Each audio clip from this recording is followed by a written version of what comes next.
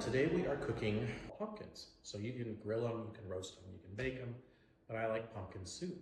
When you're looking for a cooking pumpkin, of course, no spray paint, nothing like that on the pumpkin, but you're looking for something that's a football or soccer ball or larger. You want to have plenty of meat in the actual pumpkin so that you can cook it down and turn it into something useful. I like to use a couple of vegetables. Shallot's good, it's milder than an onion, and it does the same thing when you're cooking meat. It helps bring out the natural flavor of the meat.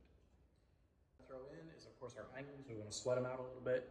And then we're gonna add, I use coconut oil with them, coconut aminos, soy sauce, low sodium, and then molasses, and that helps bring out the flavor. We're gonna throw in herbs. We've got herbs de Provence, thyme, and paprika and black pepper. So you guys have all seen watermelon cut like this.